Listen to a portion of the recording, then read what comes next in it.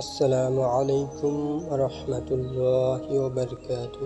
প্রিয় দর্শক, আজকে আমরা জানব ইফতারের দোয়া এবং ইফতারের আগে যেই দোয়াটি পড়লে আল্লাহ তাআলা আমাদের সমস্ত গুনাহ মাফ করে দিবেন।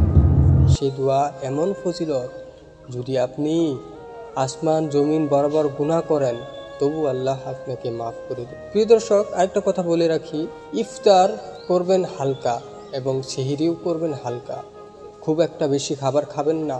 সেহরি খাওয়ার জন্য এটাই যথেষ্ট যে 3টা খেজুর, 1 গ্লাস দুধ, আর যদি এর চেয়ে বেশি খাইতেই হয় তবে 1 বাটি ভাত, তবু হালকা কিছু দিয়ে।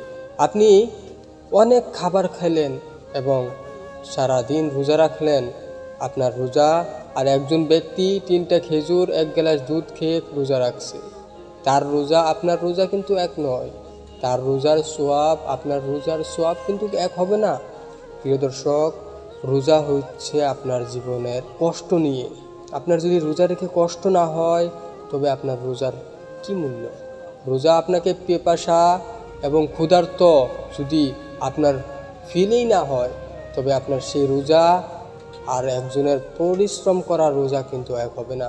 প্রিয় দর্শক, একজন ব্যক্তি সারাদিন রিস্কা টেনে রোজা রেখেছে, আর আপনি আমি এসির তলে বসে অথবা পাংখার তলে বসে শুয়ে সারাদিন রোজা রাখলাম। তার রোজা আমাদের রোজা কোনো সময় এক হবে না।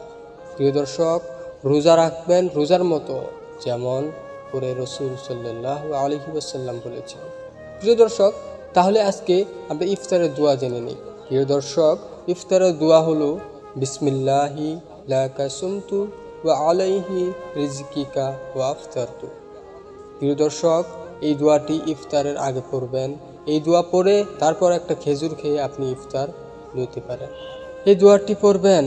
এই দোয়ার অর্থ হলো, আল্লাহর নামে শুরু করছি, হে আল্লাহ, আমি তোমারই জন্য রোজা রেখেছি এবং তোমারই দেওয়া রিজিকের দ্বারা ইফতার করছি। আল্লাহু আকবার। প্রিয় দর্শক, আরেকটা দোয়া রয়েছে, যেই দোয়াটি বলছি আমি, যে আপনি জীবনে যত গুনাহ করেন সমস্ত গুনাহ মাফ হয়ে যাবে। প্রিয় দর্শক, সেই দোয়াটি হচ্ছে ইয়া ওয়াসিয়াল ফাজলি ইউগফিরলি, ইয়া ওয়াসিয়াল ফাজলি ইউগফিরলি। এই দোয়াটি অনেক ফজিলত। এই দোয়া যদি আপনি ইফতারের আগে পড়তে থাকবেন তবে আপনার সমস্ত গুনাহ আল্লাহ তাআলা মাফ করে দিবেন। সুবহানাল্লাহ।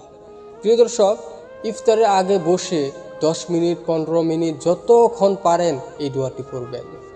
এই দোয়াটি যদি আপনি পড়তে পারেন তবে আপনার সমস্ত গুনাহ মাফ করে আপনার মর্তাবা আল্লাহ তাআলা বাড়িয়ে দিবেন। আমিন ইয়া রাব্বিল আলামিন।